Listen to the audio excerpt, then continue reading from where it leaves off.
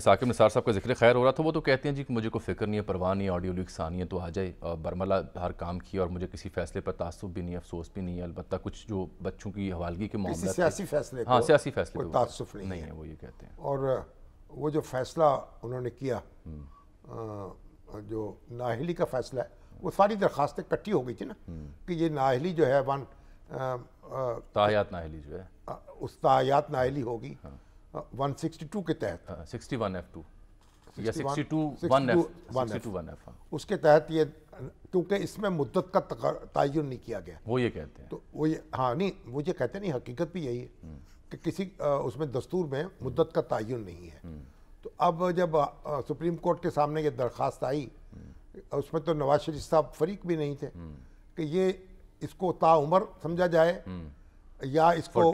Time کے لیے مقید کیا جائے ٹائم میں۔ تو ججوں نے پھر فیصلہ وہی کیا، 5 رکنی بینچ تھا کہ،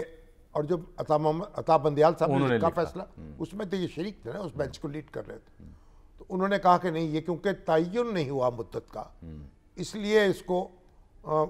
پرماننٹ سمجھا جائے گا۔ تو یہ اب ان کی انٹرپریٹیشن تھی۔ اب اگر اس میں پارلیمنٹ چاہتی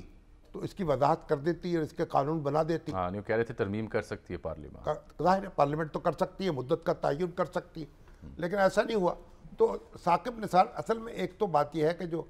اخبار نویسوں سے جب تبادلہ خیال ہوتا ہے نا، تو اب یہ جج حضرات جو ہیں وہ تو اپنی دنیا کے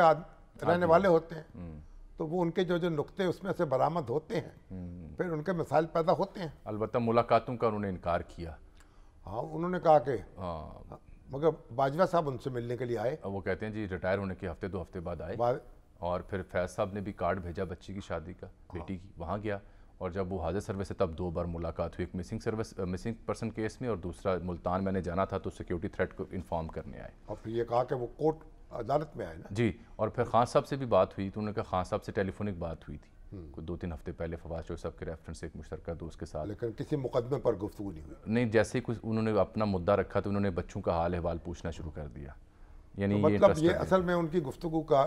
لب لباب یہ ہے کہ مولانا فضل الرحمان جو ہیں، وہ جو کہتے ہیں نا یہ سہولت کار بنے ہوئے ہیں، جنرل فیض حمید، اس کو ڈینائی کر ثاقب نثار صاحب، یعنی وہ کسی سیاسی سرگرمی میں ملوث نہیں ہے اس وقت۔ برملا ان سے پوچھا کوئی سیاسی عہدہ، کوئی فیوچر میں کردار، تو انہوں نے کہا نہ میں نے سیاست میں آنا ہے، نہ کسی مذاکراتی عمل کا حصہ بنوں گا، بلکہ میری زندگی وقف یہ ہے کہ وکلا کو پڑھاؤں